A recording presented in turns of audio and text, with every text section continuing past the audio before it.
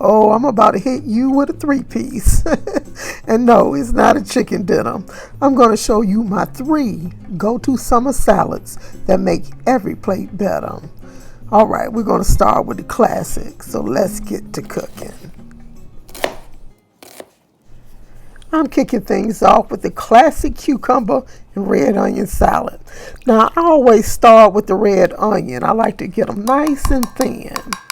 But we first got to hit them with the brine. You know, I personally like to play around with the sugar. Some days I like it sweeter, and some days I like it tangier. But you're going to need a little to cut through that tang of that vinegar. And if you are a traditionalist, do not forego this garlic. You can either smash it for a little less garlic impact, but if you want a nice little punch, go ahead and slice them up. Now, there is a 2-step chilling process. You got to marinate and let those flavors mingle in those onions.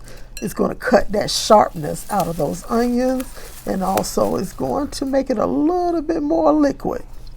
And of course, while you got that chilling in the fridge, go ahead and cut up those cucumbers. You can go thin, which is okay. But y'all know I love a nice hearty cut vegetable, so that's what I'm doing. Now, these cucumbers here I'm using are English cucumbers. They really are worth the extra 30 cents. They have a thinner skin and they stay crisper. So you can eat off of this for a few days without them going soggy.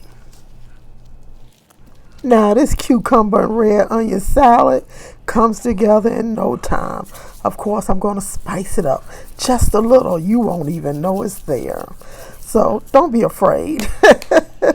Just throw just a couple of those red pepper flakes in there. And I'm going to finish it off with a little olive oil.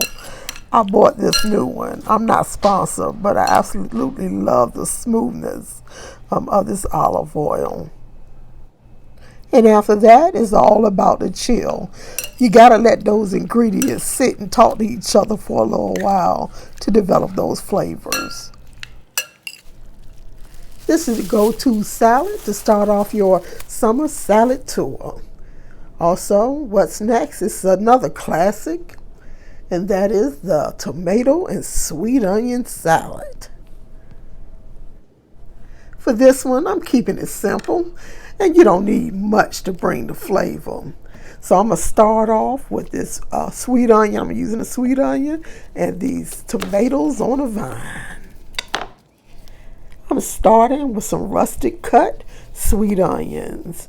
Look, they're not sharp and bitter like the other onions, but to mellow them out just a little, I'm going to use some lemon juice. If you don't have it, you can use bottled, but the fresh is best in this recipe. I'm starting off with a half of a lemon, but if you need more, adjust it to more. Later on, I think I did add just a little bit more lemon juice. And of course, you need salt.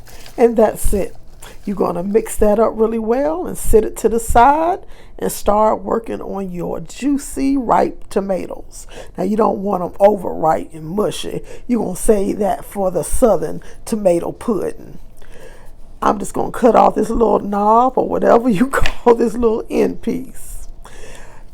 Typically, the tomato and onion salad is cut in wedges, but I'm going to make them more bite size. So I'm going to actually wedge them and then cut those in half.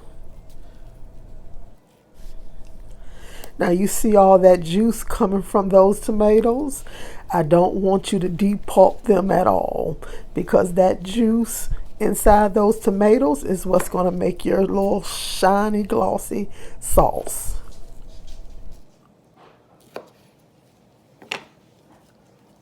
You really don't need a lot for a great tomato and onion salad. You just need to make sure that the ingredients are fresh. Now, in this classic salad, I do got a little secret ingredient. You know I love my secret ingredients. I'm going to add just a little bit of balsamic vinegar. Oh yes, you don't need a whole lot because you don't want to overpower these fresh ingredients, but just a little bit that brings out the natural sweetness of that fruit. Now growing up, they didn't add a lot of herbs to the tomato and onion salad because you just use what you had, right? If you love fresh herbs, throw them in. It makes a difference. Now I'm using parsley and I'm tearing up the basil. And if you have a favorite, just go with that. I love basil. I could have used all basil in this, but I thought the parsley and the basil mix were really good together. And if you don't want any, try a little mint. That works very well in this salad. Now y'all don't rush me. We got 2 more ingredients to go. Of course, I got to finish this off with that nice smooth olive oil. And you can do that according to your like. And then I'm going to finish it off with some black pepper. Now I found this nice little white peppercorn and black peppercorn mix, and I think it's wonderful. And you don't need any other ingredients. As a matter of fact, all I heard from my mom was when she was eating this salad. And after you mix that up really well, you're going to let it chill for at least 30 minutes to mingle those flavors together.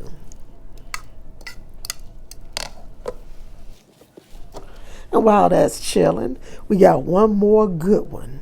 Now this is a little bit different from the first 2. It's a creamy garden salad with my own little spin. And of course, it starts with the garden. I got sweet onions chopped up. I got a little radish. You want to slice them paper thin. You can keep them in rounds or chop them up, and that's what I did. And of course, I'm going with the orange bell pepper. It's a little bit sweeter than the green. And we're back to those wonderful crunchy English cucumbers that I've halved and diced into cone shape. And of course, it's the tomato. I'm using cherry tomatoes, but I'm also using some a medley of grape tomatoes. I said, wouldn't they be beautiful in a salad? Just different colors. Now all these wonderful colors are definitely everything a garden should be. Now I know I'm moving kind of quickly, but the full recipes are down in the description. Isn't that beautiful, y'all? All those nice chopped colors. Now, we don't have time to be staring at this all day. Those colors are mesmerizing. I'm going to make a nice light sauce here. Typically, summer salads are full of mayo, and though we love them, sometimes you just need something a little bit more refreshing. So I'm starting off with a grated or minced garlic, a little bit of mayo, and some sour cream. Of course, you got to add just a little bit of sugar to this to bring that flavor, some lemon juice, and of course, you're going to need some salt and some pepper.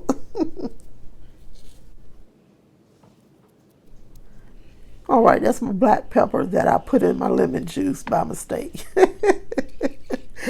So it looks kind of clumpy.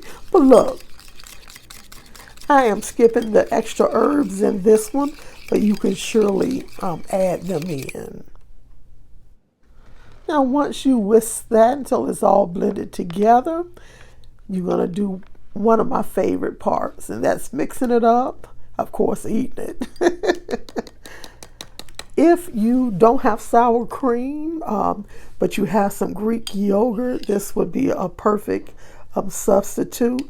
Of course, you could go all mayo, but it just takes away, to me, from the actual lightness or freshness of this garden salad.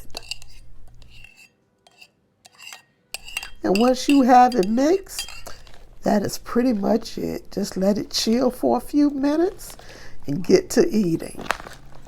And there you have it. 3 salads, 3 different vibes.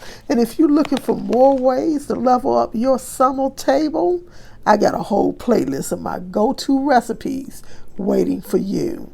You can find that right here. I'll see you over there.